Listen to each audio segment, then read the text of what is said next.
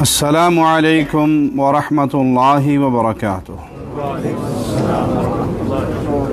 ان الحمد للہ نحمده ونستعینه ونستغفره ونعوذ باللہ من شرور انفسنا ومن سیئات اعمالنا من يهده الله فلا مضل له ومن يضلل فلا هادي له أشهد أن لا إله إلا الله وحده لا شريك له وأشهد أن محمدًا عبده ورسوله أما بعد۔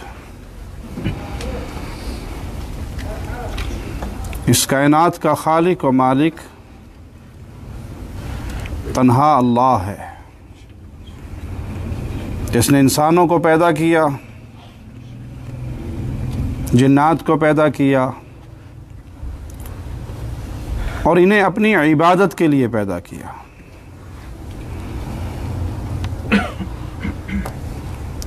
آدم علیہ السلام کو اللہ مالک نے پیدا فرمایا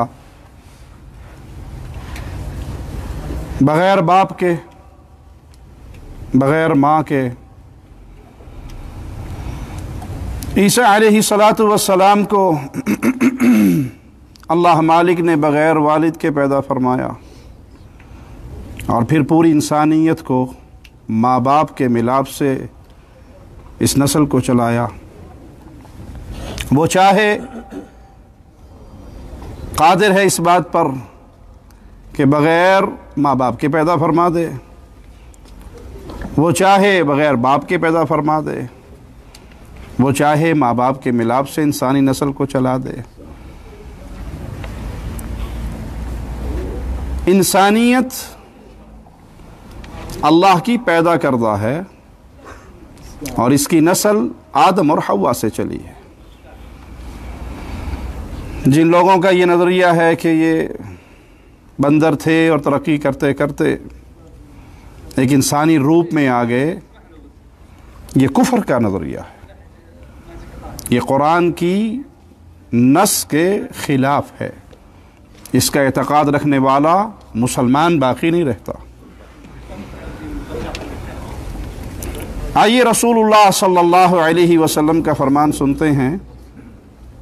عبداللہ ابن مسعود رضی اللہ عنہ وارضاہ بیان کرتے ہیں، حدثنا رسول اللہ صلی اللہ علیہ وسلم وہو الصادق المصدوق۔ ہمیں اللہ کے رسول صلی اللہ علیہ وسلم نے بتایا، اور اللہ کے نبی سچے ہیں، اور وحی کے ذریعے ان کی تصدیق کی جاتی ہے۔ نبی سچے ہیں، اس میں تو کوئی شک نہیں، اور نبی کی سچائی پر جو مہر لگتی ہے وہ عرش والے اللہ کی طرف سے لگتی ہے۔ اسی لیے ہم کہتے ہیں کہ رسول اللہ صلی اللہ علیہ وسلم کی بات ماننا ایسے ہے گویا آپ نے اللہ کی بات مانی، کیونکہ محمد صلی اللہ علیہ وسلم اپنی مرضی سے نہیں بات کرتے۔ وما ينطق عن الهوى ان هو الا وحی یوحى، وہ اللہ کی وحی سے بات کرتے ہیں۔ اور محمد صلی اللہ علیہ وسلم کے علاوہ کوئی ہستی ایسی نہیں جس کی ہر بات ہم پر ماننا واجب۔ امام ابو حنیفہ رحمہ اللہ اپنے شاگرد سے کہا کرتے تھے کہ میری ہر بات کو لکھا نہ کرو، پوچھ کے لکھا کرو کہ یہ جو بات میں نے کہی ہے کس دلیل کی بنیاد پر کہی ہے۔ مجھے اپنی بات کے خلاف اگر کوئی دلیل مل جاتی ہے تو میں اپنے اس مسئلے سے رجوع کر لیتا ہوں، کیونکہ امتی ہیں رسول اللہ صلی اللہ علیہ وسلم کی، معصوم نہیں۔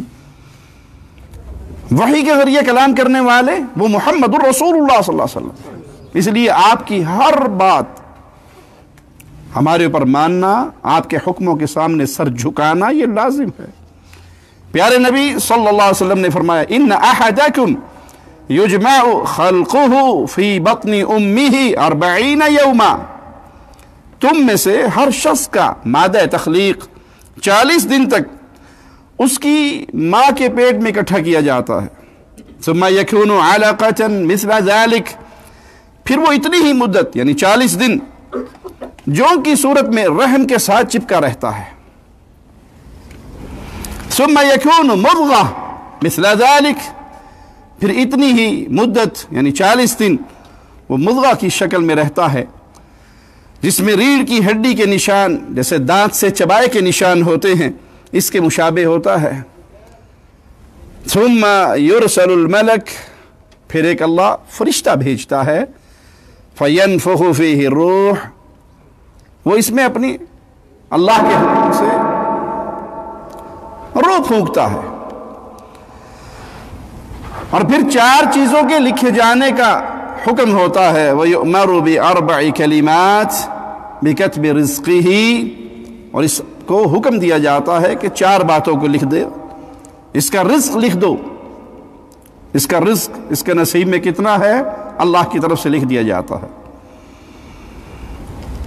حدیث میں آتا ہے کہ انسان اس وقت تک نہیں مرے گا جب تک اپنے حصے کے رزق کا آخری لقمہ بھی نہ کھا لے.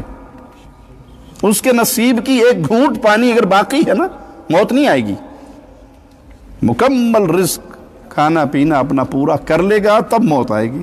کتنی بڑی گارنٹی دی ہے اللہ مالک نے کہ اے بندے، جو تیرے نصیب میں نے لکھ دیا ہے وہ کھائے بغیر تو مرے گا نہیں. اس کے باوجود صبح شام کی دوڑیں اس رزق کی تلاش میں لگی ہوئی ہیں یا نہیں؟ کوئی عیب والی بات نہیں. حلال رزق کمانا، اس حلال رزق سے اپنی اولاد کو پالنا، اپنے ماں باپ کو پالنا، یہ بہت بڑی نیکی ہے. اگر یہ عیب ہے تو اس کے لیے جو رزق کی تلاش میں دوڑتا ہے رازق کو بھول جاتا ہے. جو سبب کے پیچھے دوڑ لگاتا ہے، سبب اختیار کرتا ہے اور اپنے خالق و مالک کو بھول جاتا ہے. سادہ الفاظ میں کہہ دوں، 8:30 بجے ڈیوٹی پہ جاؤ تو روڈ بلاک ملیں گے. 5 بجے مسجد میں آگے دیکھو مسجد خالی ملے گی. جہاں وعدہ ہے، جہاں اعلان ہے، جس بندے نے فجر کی نماز جماعت سے پڑھ لی وہ اللہ کی حفاظت میں چلا گیا، اللہ کے ذمے میں چلا گیا. اللہ کے لیے اعلیٰ مثال سمجھانے کے لیے عرض کرتا ہوں، کسی ملک کا بادشاہ کسی کو اپنا پرسنل مہمان بنا لے اور اعلان ہو جائے کہ یہ اس کے خاص مہمان ہیں. آپ جاتے نہیں حج پہ، ضیوف خادم الحرمین شریفین، ان کے خیمے الگ، ان کی بسیں الگ، ان کا پروٹوکول الگ، ان کا کھانا الگ، ان کی رہائشیں الگ.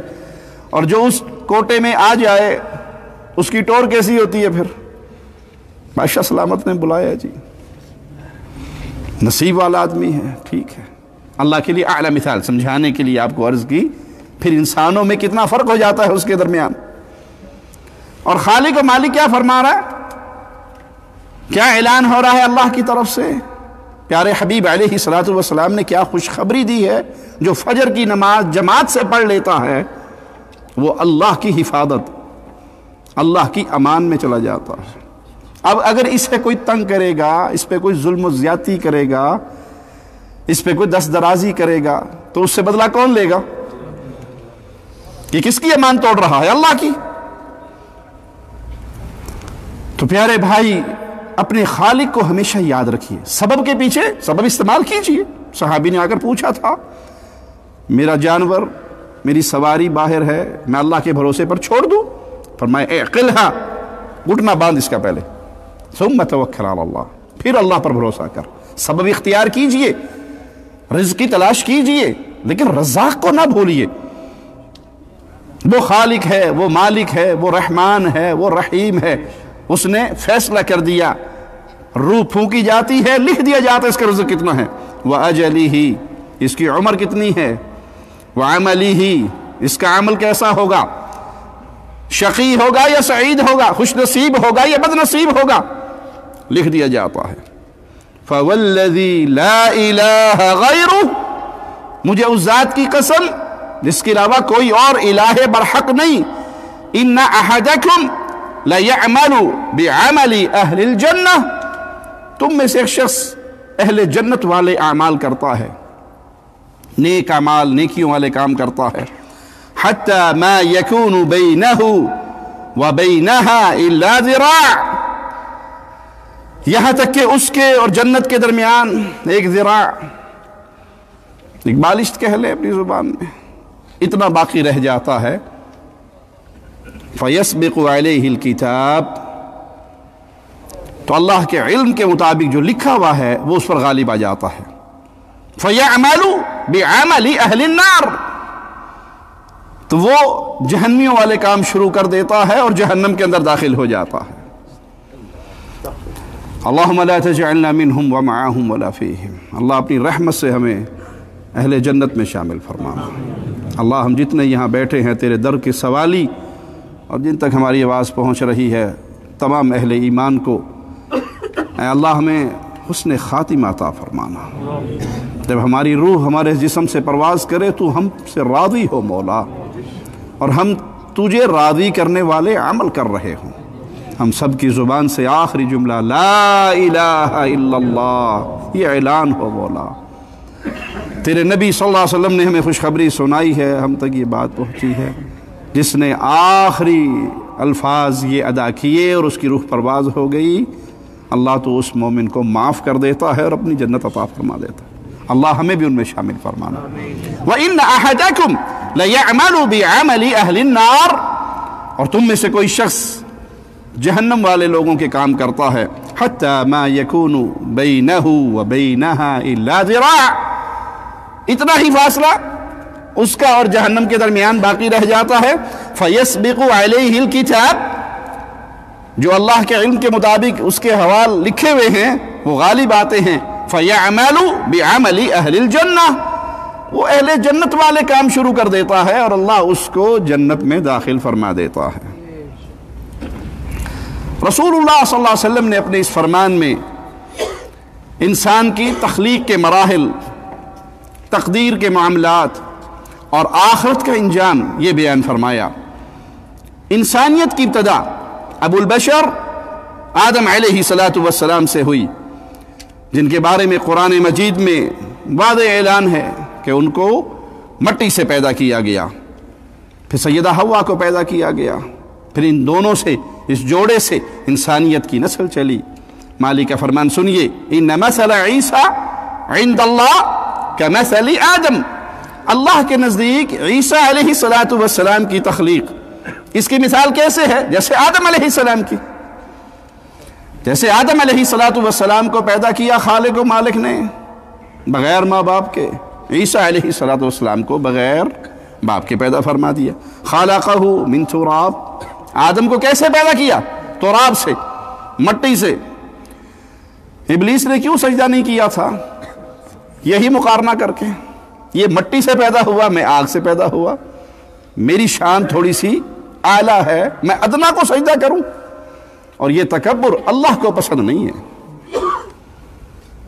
فرشتوں کا حکم ہوا، اللہ کا حکم حدیث ہے، اللہ کا آرڈر حدیث ہے، انہوں نے فوراً حدیث پہ عمل کیا اور سجدے میں گر گئے۔ شیطان نے اپنے قیاس کو، اپنے رائے کو استعمال کیا کہ اللہ کا حکم تو ہے لیکن میری رائے یہ ہے۔ مومن کے سامنے جب اللہ کا حکم آ جائے، رسول اللہ صلی اللہ علیہ وسلم کا حکم آ جائے، مومن کی شان یہ فوراً سر جھکاتا ہے، پھر میں نہیں، میں، میری قوم، میرا قبیلہ، میری برادری، میری عادت، قوم کے رواج، فلاں اور فلاں کی باتیں، مومن کسی کو نہیں دیکھتا، وہ صرف یہ دیکھتا ہے اللہ اور اس کے رسول کا یہ حکم ہے۔ تو ایمان کے جذبات اس کی گردن کو جھکا دیتے ہیں، اور اگر وہ ایمان کے جذبات کو دبا کر عصبیت کو غالب کرتا ہے، قوم، قبیلہ، برادری، عوام، دوست، کسی اور کو فوقیت دیتا ہے، تو پھر وہ اس ایمان کی لذت سے محروم ہو سکتا ہے۔ اس لیے ہمیشہ اپنا یہ ذہن بنائیے کہ جب بھی مجھے قرآن یا رسول اللہ صلی اللہ علیہ وسلم کا فرمان ملے گا، وہ میرے مزاج کے خلاف ہو، وہ میرے قوم کے خلاف ہو، وہ میری برادری کے خلاف ہو، وہ میرے ماں باپ کے، کسی کے بھی خلاف ہو، فرمان کس کا ہے؟ محمد الرسول اللہ صلی اللہ علیہ وسلم۔ فرمان کس کا ہے؟ مالک کا، خالق کا۔ اب کائنات کی ہر چیز کو چھوڑا جا سکتا ہے، اللہ اور اس کے رسول کو نہیں چھوڑا جا سکتا۔ جس نے یہ بنا لیا اپنی زندگی گزارنے کا طریقہ، اللہ کی رحمت سے امید ہے یہ مرتے ہی اللہ کی جنتوں کا مہمان بنے گا، کیونکہ یہ گارنٹی رسول اللہ صلی اللہ علیہ وسلم نے دی ہے۔ میری پوری امت جنت میں جائے گی سوائے جو جنت میں جانے سے انکار کر دے۔ پوچھا گیا وہ انکاری وہ کون ہوگا؟ کون ہے جو یہ کہے مجھے جنت نہیں چاہیے؟ جنت کی ایک بالشت دنیا اور دنیا میں جو کچھ ہے اس سے قیمتی ہے، کوئی جنت میں جانے سے انکاری بھی ہو سکتا ہے؟ فرمایا من اطاعنی دخل الجنہ، جو میرے پیچھے چلا، جس نے محمد صلی اللہ علیہ وسلم کے فٹ پرنٹ پہ اپنے قدم رکھے، آپ کے نقش قدم پہ چلتا گیا، آپ کے طرز پر اپنی زندگی کے اعمال درست کرتا گیا، یہ جنت میں جانے والا ہے۔ اور جس نے مصطفیٰ علیہ السلام کو چھوڑ دیا، حقیقت میں اس نے جنت کو چھوڑ دیا۔ اب نبی صلی اللہ علیہ وسلم تو موجود نہیں ہے، آپ تو فوت ہو گئے، دنیا چھوڑ گئے، مدینہ میں آپ کی قبر بن گئی۔ افضل ترین ہستی ہے محمد الرسول اللہ صلی اللہ علیہ وسلم، افضل ترین ہستی اللہ کی مخلوق میں، لیکن آپ بھی فوت ہو گئے، دفن ہو گئے۔ آپ تو نہیں ہیں، آپ کی احادیث ہیں، آپ نہیں ہیں، آپ کی احادیث ہیں۔ تو جو نبی کے طریقے پہ نماز پڑھے گا، روزہ رکھے گا، حج کرے گا، زکوٰۃ دے گا، صدقہ دے گا، بیوی سے معاملہ کرے گا، ماں باپ کے ساتھ کرے گا، قوم قبیلے سے کرے گا، وہ گویا رسول اللہ صلی اللہ علیہ وسلم کے نقش قدم پہ چل رہا ہے۔ آپ نہیں ہیں اس دنیا کے اندر، وجود کے اعتبار سے فوت ہو گئے، آپ کی قبر مبارک جنت کے باغوں میں سے ایک باغ ہے، لیکن آپ ہمارے ہر عمل کے اندر ایک رہنمائی چھوڑ کر گئے، اور وہ آپ کی سنت ہے، وہ آپ کی حدیث ہے۔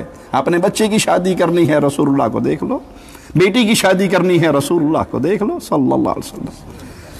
تو وہ کون ہے بد نصیب جو جنت میں جانے سے انکار کر دے؟ وہ بد نصیب ہے جو رسول اللہ صلی اللہ علیہ وسلم کی سنت پہ عمل نہیں کرتا۔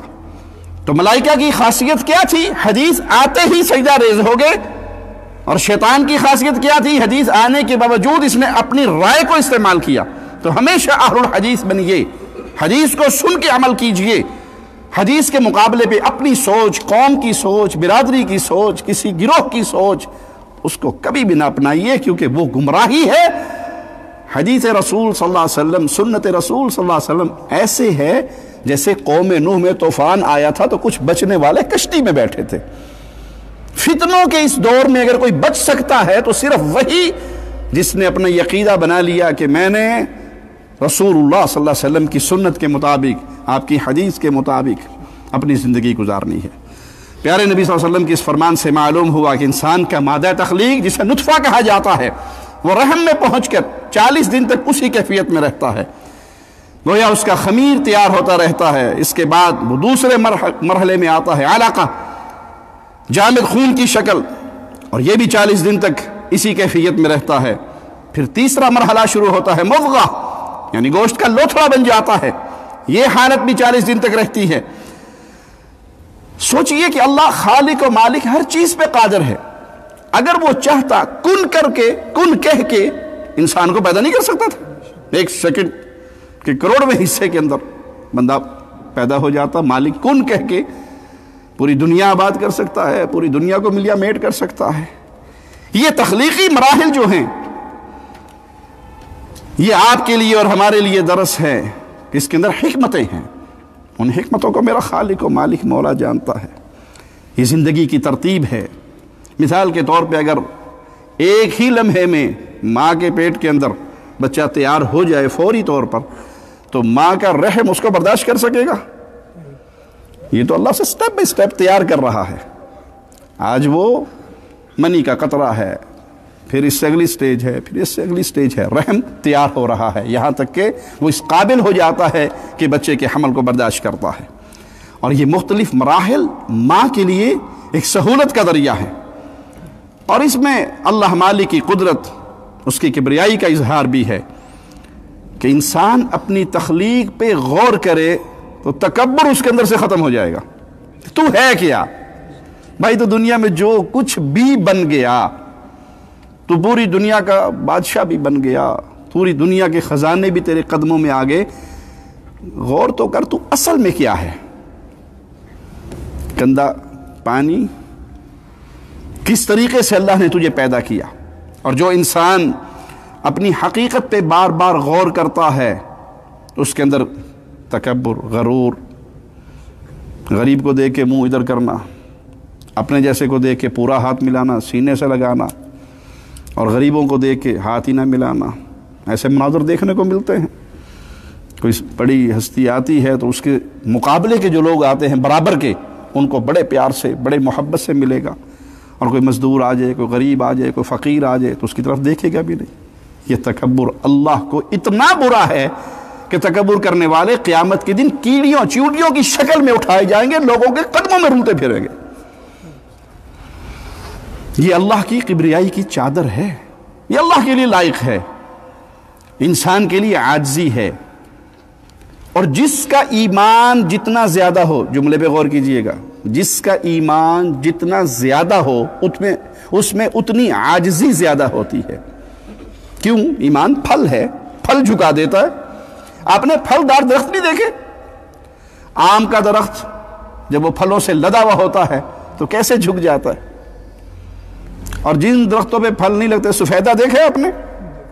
ٹونڈ مونڈ سیدھے اتے چڑھتا ہے، اس کی ٹہنیاں نہیں جھکتی۔ کیوں؟ اسے پھل نہیں لگتا۔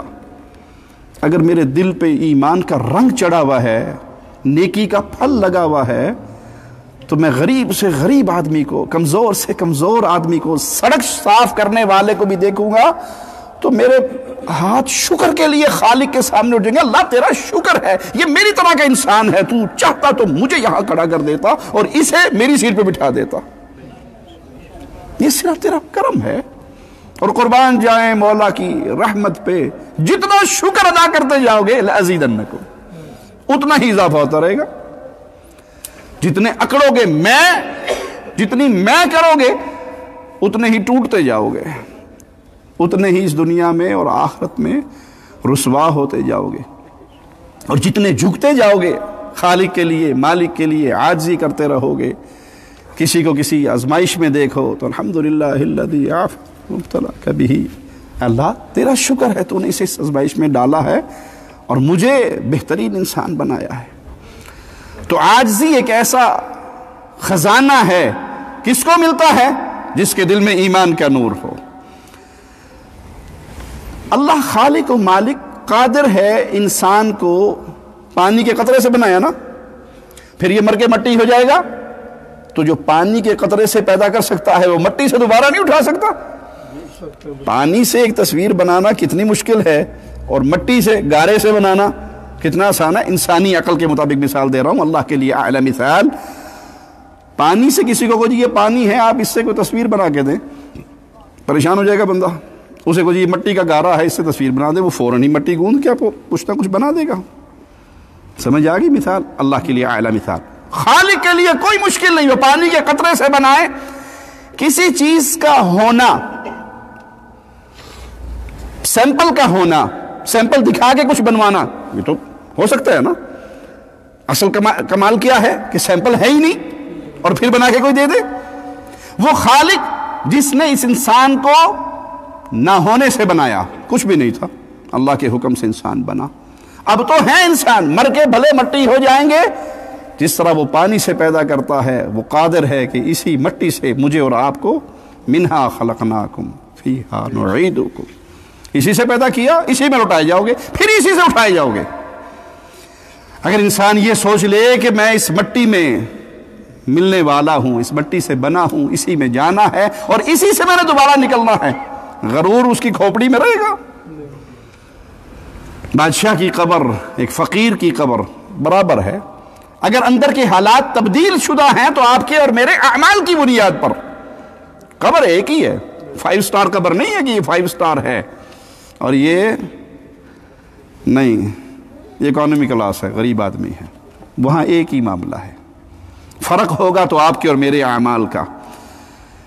جس اللہ نے مجھے اور آپ کو پیدا کیا، وہ اللہ ہمیں دوبارہ اٹھانے پر قادر ہے۔ اچھا، یہ پوری، اب جو لوگ اللہ کو نہیں مانتے، خالق و مالک کے وجود کو نہیں مانتے، اللہ ہے ہی نہیں جی، ملحد ہیں، کمیونسٹ ہیں، دہریے ہیں، ان سے کہیے کہ یہ حدیث رسول اللہ صلی اللہ علیہ وسلم نے بیان کی 1400 سال پہلے، انسان کی تخلیق کے سارے مراحل بیان کر دیے۔ تمہاری سائنس نے آج ترقی کر کے یہ رزلٹ نکالا کہ واقعی یہی مراحل ہیں، اس کے خلاف نہیں ہے، سائنس کی تحقیق اس کے خلاف نہیں ہے، تو کیا یہ دلیل نہیں ہے کہ ہمیں پیدا کرنے والا اللہ ہے؟ کہ نہیں، ہم نہیں مانتے کہ کوئی خالق ہے، بھائی آپ کی جیب میں موبائل ہے، یہ موبائل دلیل ہے کہ ہمارا خالق اللہ ہے، یہ موبائل دلیل ہے۔ وہ پوچھیں گے کیسے؟ ہم کہیں گے اس موبائل کو کسی نے بنایا یا اپنے آپ بنا؟ اس کا کوئی بنانے والا ہے، کریٹر ہے؟ اس موبائل کو کوئی بنانے والا ہے؟ جی ہے۔ اپنے آپ بن گیا کہ نہیں؟ جی اپنے آپ تو نہیں بن سکتا۔ یہ موبائل کسی مقصد کے لیے بنا؟ کہتے جی بالکل مقصد کے لیے بنا۔ مقصد فیل ہو جائے کیا کرتے ہو؟ پھینک دیتے ہو۔ سمجھ آ گئی بات؟ یہ موبائل چھوٹا سا جو آپ کی جیب میں ہے بغیر کسی بنانے والے کے نہیں بن سکتا۔ یہ کائنات پوری بغیر بنانے والے کے بن گئی؟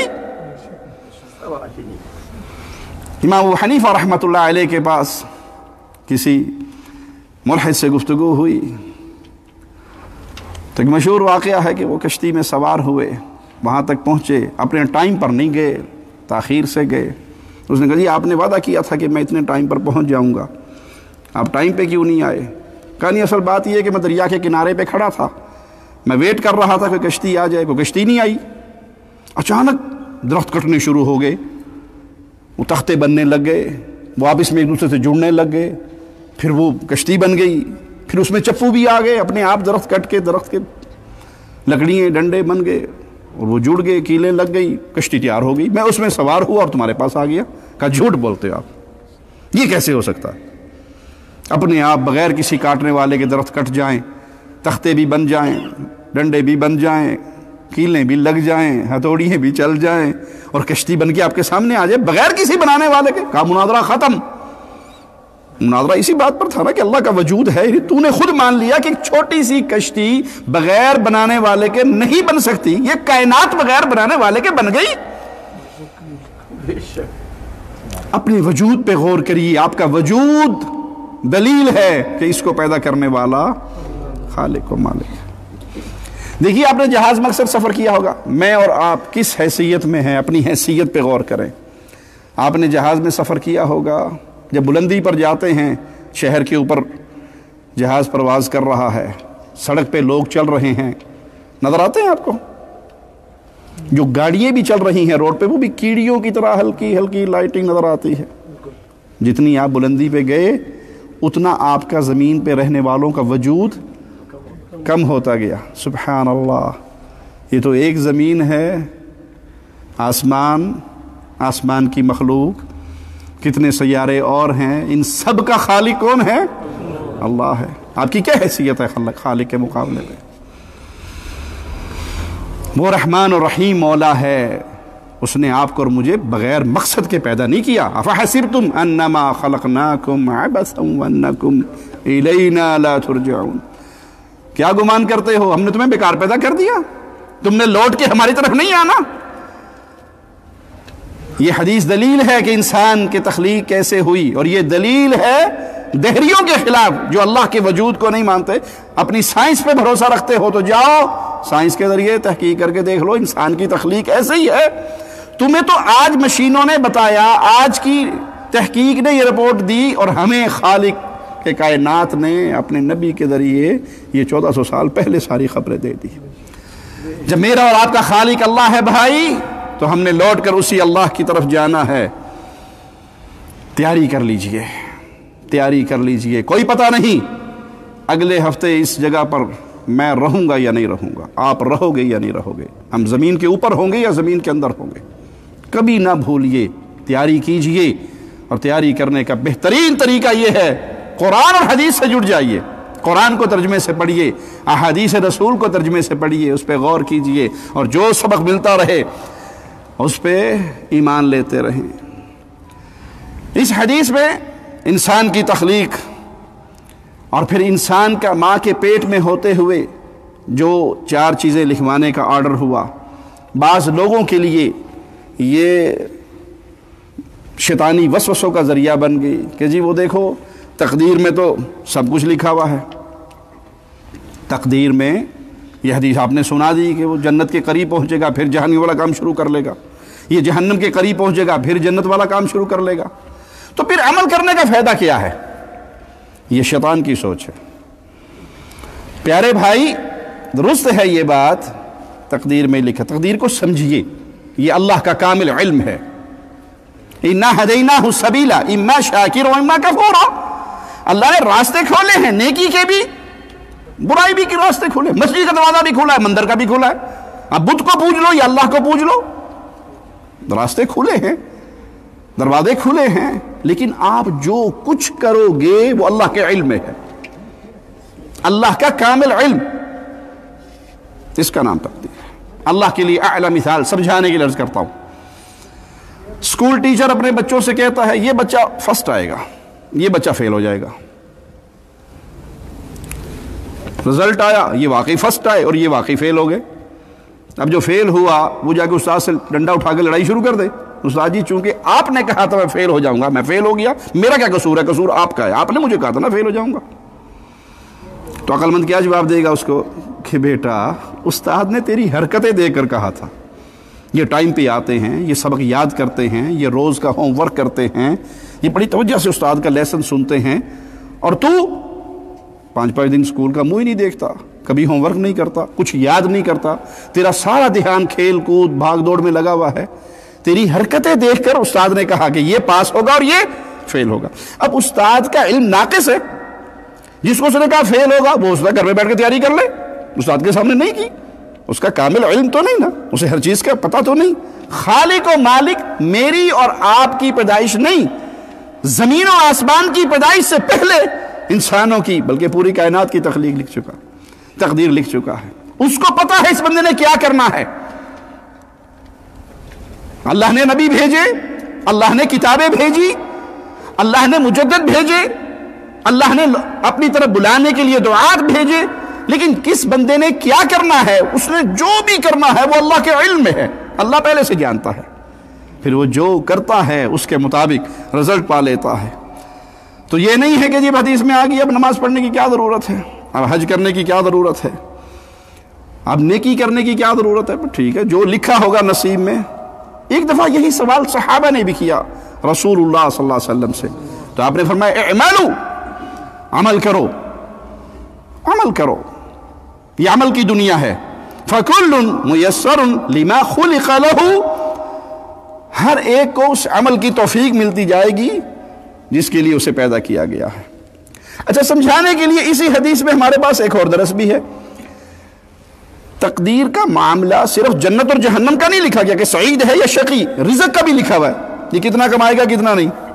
تو آپ نے کبھی دیکھا کہ رزق کے معاملے میں کوئی بندہ تقدیر کو بہانہ بنا کے گھر بیٹھے میرے نصیب میں لکھا ہے میں نے 20,000 ریال کمانے ہیں، میں ڈیوٹیاں کرتا پھرا، میرے نصیب میں لکھا ہوا نا تو اپنے آپ مل جائیں گے مجھے، میری تقدیر میں لکھا ہوا کہ آج رات میں نے روٹی گوشت کے ساتھ کھانی ہے، مل جائے گی اپنے آپ۔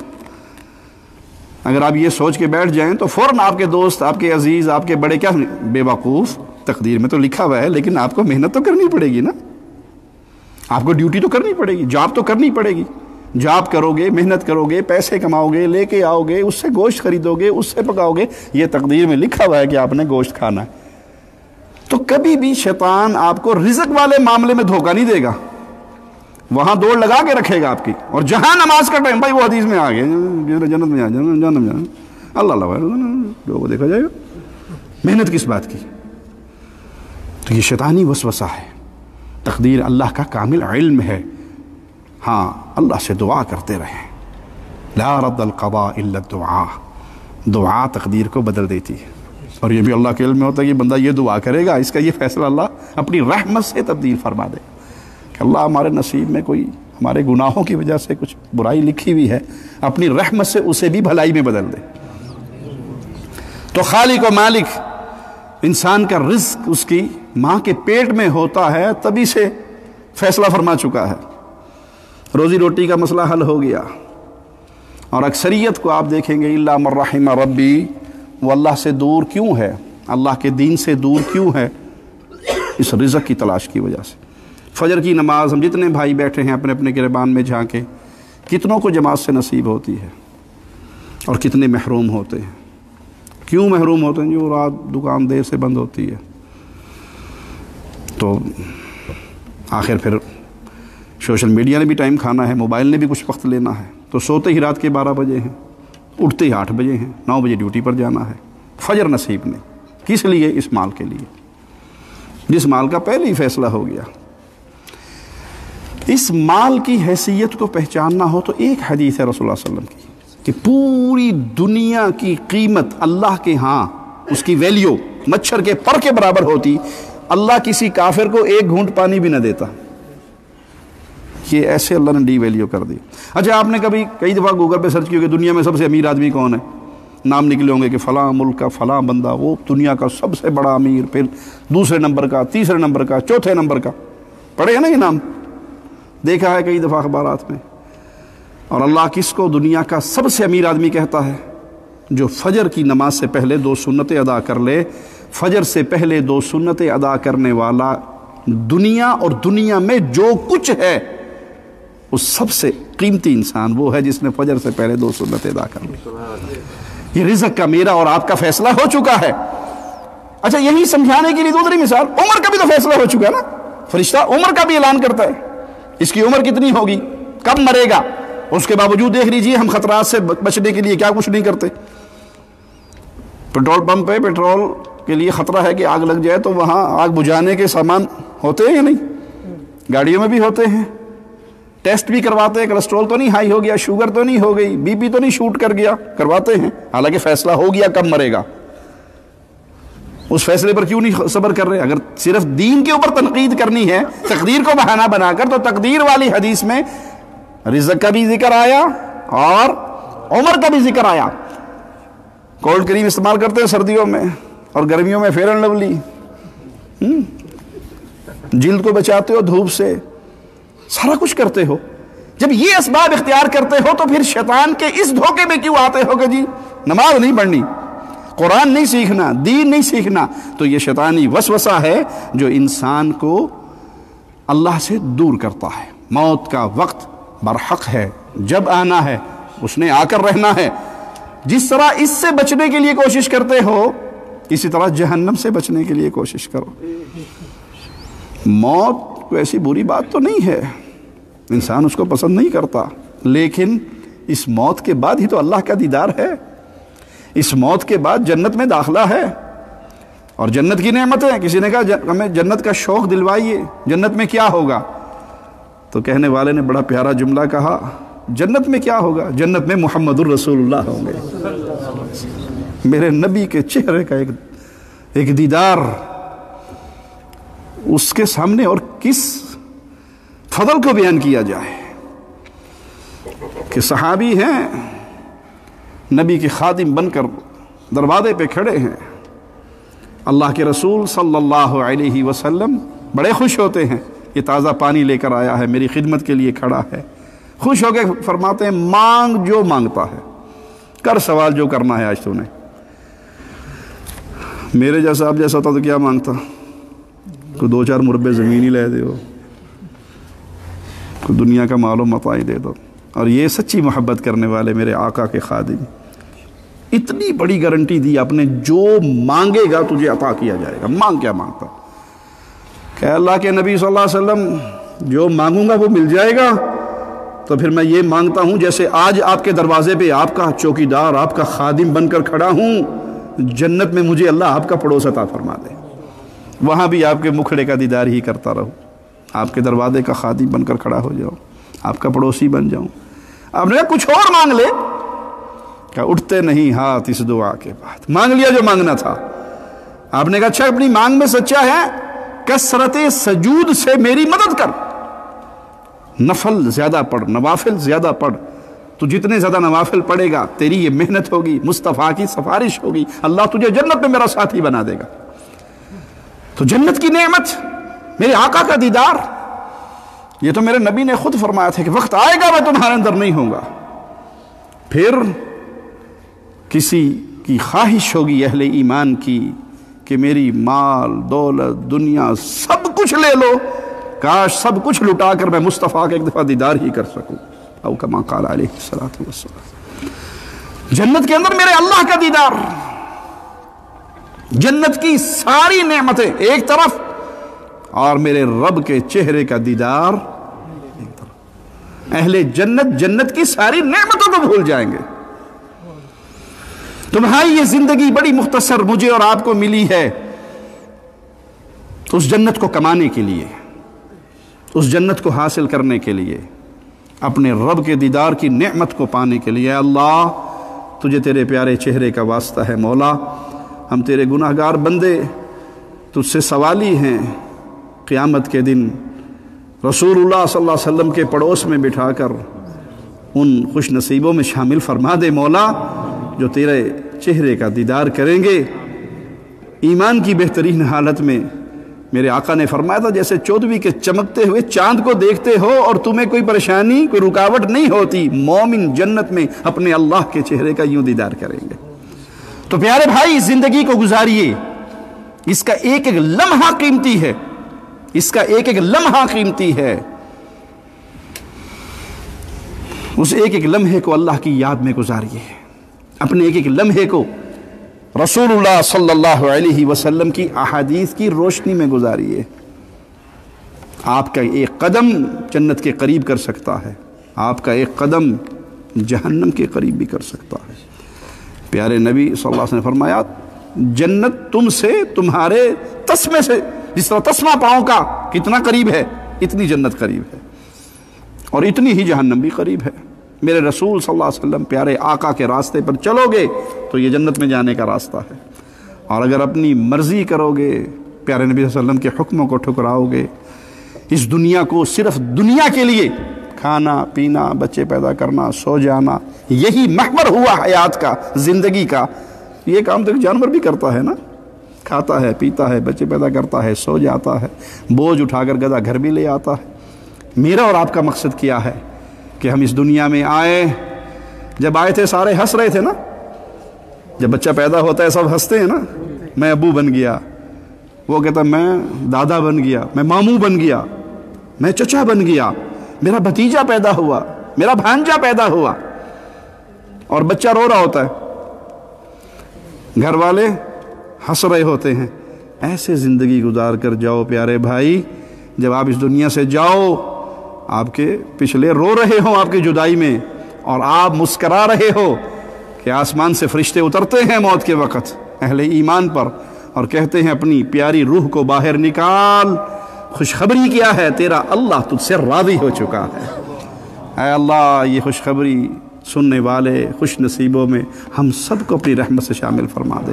اقول قولی ھذا واستغفر اللہ لی ولکم ولسائر المسلمین۔